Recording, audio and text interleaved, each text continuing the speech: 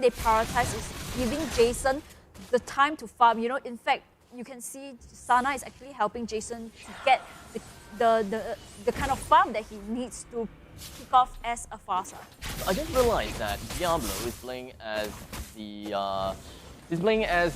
Vaxia, and that is going to be a mortal enemy for Bento that is playing as Esmeralda. So I wouldn't even be surprised if they're going to go for this one. Onto the bottom side.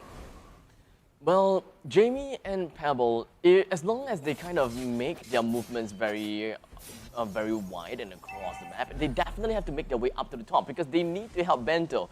Diablo fighting against Bento is not a favorable matchup at all. And RSG is just making full use of whatever that they have. Jamie trying to go for the Tyrant's Revenge out the Lightfall, but unfortunately did not even land that out. So that is hands down unfortunate. The turtle is now available for the picking, and it does seem like RSG's movement over to the top lane has some very obvious answers and of course very obvious reasoning, and that is because they will be able to get their turtle pretty done easily. Yep. It's going to be a free lot onto RSG as they manage to pick up onto the top lane for Bento. And right now another fight is going down to the bottom lane itself, and who is going to go down is going to be Diablo playing onto the Vaxia, and Jason just one flame shot almost getting, but it will get paid the price as a really good Kufra jumping in with the Abyssal Arrow stops Jason. Well, that's definitely not something that RSG was expecting. I was thinking that, hey, perhaps Uranus gonna have to stand in the line of Jason just to make sure that he doesn't get jumped on by the Tyrant's Revenge. But unfortunately, doesn't seem like that is going to be the case. But what is going to be the case is that RSG managed to connect all of the shots onto Jamie as well as Monchichi. Yet another two-man taken down, and up top, Bento fighting against Diablo. It does seem Bento definitely knows his advantages and disadvantages and understand how far can he stretch a team fight, or rather how far can he stretch a 1v1 Yeah, fight. you look at Jason almost getting onto Pebble, but Jamie jumping in really well, managed to pick off onto Jason, and right now it's going to be a team fight at the bottom lane as LY4 Fox's ultimate will be able to escape as both teams disengage. Back down to the bottom lane, Jason popping right up, feathered airstrike, almost getting a decent amount of kills and hits down onto Jamie. But one thing's for sure is that they managed to gain control of the bottom lane. As long as they are able to push this Harif away, they should be able to get a pretty free and easy turret. But, well, the protective layer is still up on top. We do have the Hitsatsu Shadow Kill coming in from the side of Forza, immediately bringing down this Esmeralda. It became a 1-for-1 trade. Unfortunately for Vaxia, he himself is going to go down too.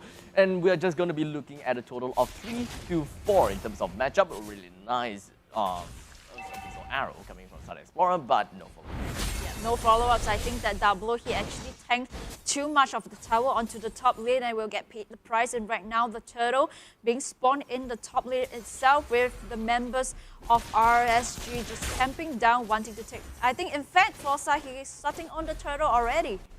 Just slowly nicking and picking down onto RSG's lineup, but Explorer, they can't get themselves any closer. It is tough for them to even break through the barriers. That is a tough shell, a tough wall that RSG has built up. It is going to be a phase check coming from Jamie onto Sana, but nothing is going to be of substance, because what Explorer just wants to do is just take control of the turtle, but I don't think that they will be able to hold this out for long enough. Diablo is looking for someone to just get his nice little, well, tire, but it doesn't seem like things are going to get well enough. The Abyssal Arrow is not going to land. We do have the feathered airstrike coming right in from Jason, but unfortunately going to get stunned down. Bento trying to get himself a little bit closer and closer over to the side of Jason, but all hope is lost, as Forza has managed to claim himself the double kill on top of the heads of Explorer. And just like that, with a total of about 1,000 gold lead, Forza is definitely going to be the one that is holding onto that 1,000 gold. Indeed, and in fact, you look at the goal itself, RSG leading by kills, leading by goal itself, and in the top lane, LY4 is just going to be free. Play pushing Kufra, catching on to Forza with the Abyssal Arrows, and will he be able to escape? Yes, he will, thanks to Jason and his team backup coming in so fast, and it's going to be a double kill onto the side of Jason. Wait, what items does he have? immediately after the Hisatsu Shadow kill, it just got like half of his health back. And I would have assumed that at this point of time, the only thing that he has is probably like a Blade of Despair or maybe like a half-made Blade of Despair. Well, we can go into... I think it's a Bloodlust Axe. The amount of health that he brought back up. Or maybe he can go for an endless battle. Yeah, let's see Forza's build. No, he only has the jungle knife completed. What? Yeah, but... Perhaps the machete is the only thing that he has, and yet a single Hisatsu Shadow kill can get himself all the way back up to 50% HP. Yeah, but he just built on the Blade of Apoptosis. Oh, okay. So more piercing coming from the side of Forza. So he should be able to deal a decent amount of damage to anyone who tries to be alone. And I think that one of the core members that Forza will want to aim onto is very likely going to be that Tyrant, right? Maybe. I don't know. But he's just pushing all the way down in the middle lane, managing to get a decent amount of objectives, and I really like whatever they're doing there. Sana! Oh! Getting away with just a sliver of health. I see the Hisatsu Shadow kill coming from the side of Forza. Here we go. We've got a better airstrike just going to be activated coming from the side of Jason. Immediately pushing the rest of the members coming from Explorer away from the main bulk body that RSG have. And that is a really good insurance that RSG has put up, ensuring that none of the members goes down, and in fact, continue with the goal lead that they have. Indeed, indeed. And it seems like for the side of Explorer, no one is able to reach onto Jason. I think that Bento on the Esmeralda, he actually went in when Jason actually pops onto the Feather Airstrike. But kudos to RSG and the team Sana and his team backing him up, managed to save Jason out of the fight.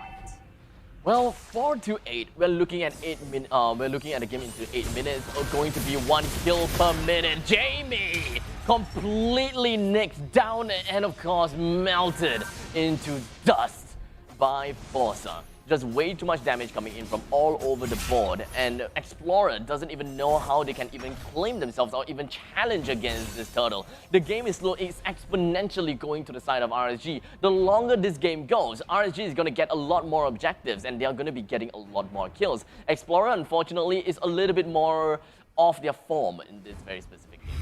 Yeah, but it seems like they did not manage to catch on to the side of RSG with Forza or either Jason. So, you know, there's no snowballing that we have expected.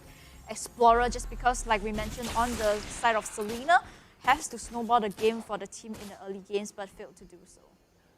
Well, Explorer doesn't even have a lot of territorial advantage to begin with.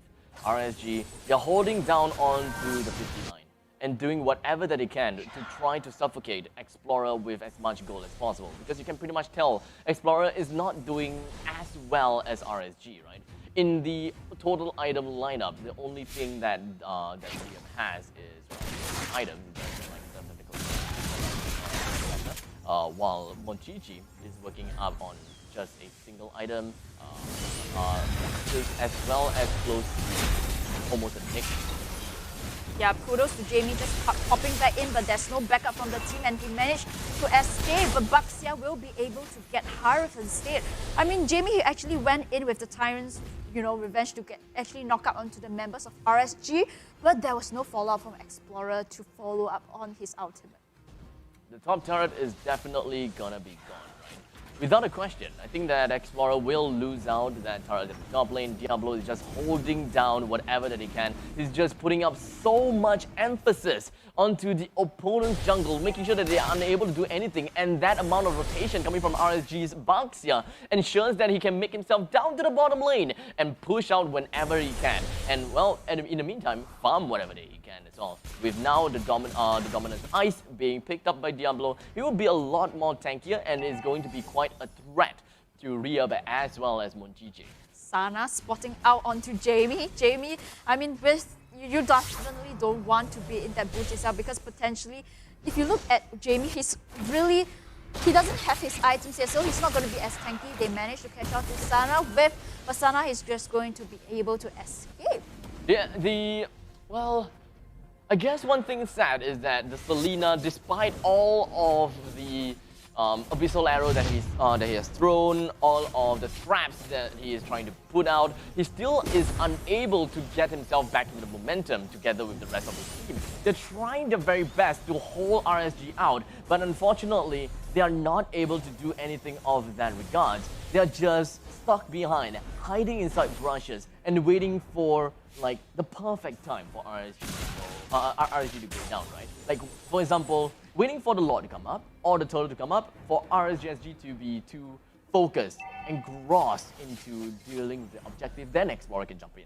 Yep, absolutely. But if you look at the goal itself, RSG is leading by so much. Exponentially. Yeah, exponentially, that I find that Explorer, they do not have the items to be able to deal with RSG. In fact, you see for Kufra, he only managed to get his first item, which is the Athena Shield, to deal with the magic damage coming in from RSG. Yeah, I think it was like 3 minutes ago, Explorer only had like 22k, while RSG has farmed out a lot more than them, solely because of the amount of map dominance they have to ensure that Explorer is completely suffocated out. But speaking of suffocated, it does seem like Diablo is the one completely suffocated and stuck inside. He's unable to get himself out until right about now, with only a sliver of hell to work with. We're just going to be taking a look at the rest of the members coming in here from RSG, completely unable to do anything much from Explorer. They are just holding on this fight as much as possible. Benjo, with a sliver of hell, he goes down with a critical amount, and so will the Lord. He goes down, but the main thing is, the top lane inhibitor turret is now down for RSG to take. The middle lane second tier turret is also down. This is going to be the first part of of Explorer's downfall. Yep, better airstrike coming in from Jason, managed to zone off members, and it's going to be legendary onto Forza with the Hayabusa. He goes back once more, and he will be managed to take the turret as GG. RSG takes the second win against Explorer. I don't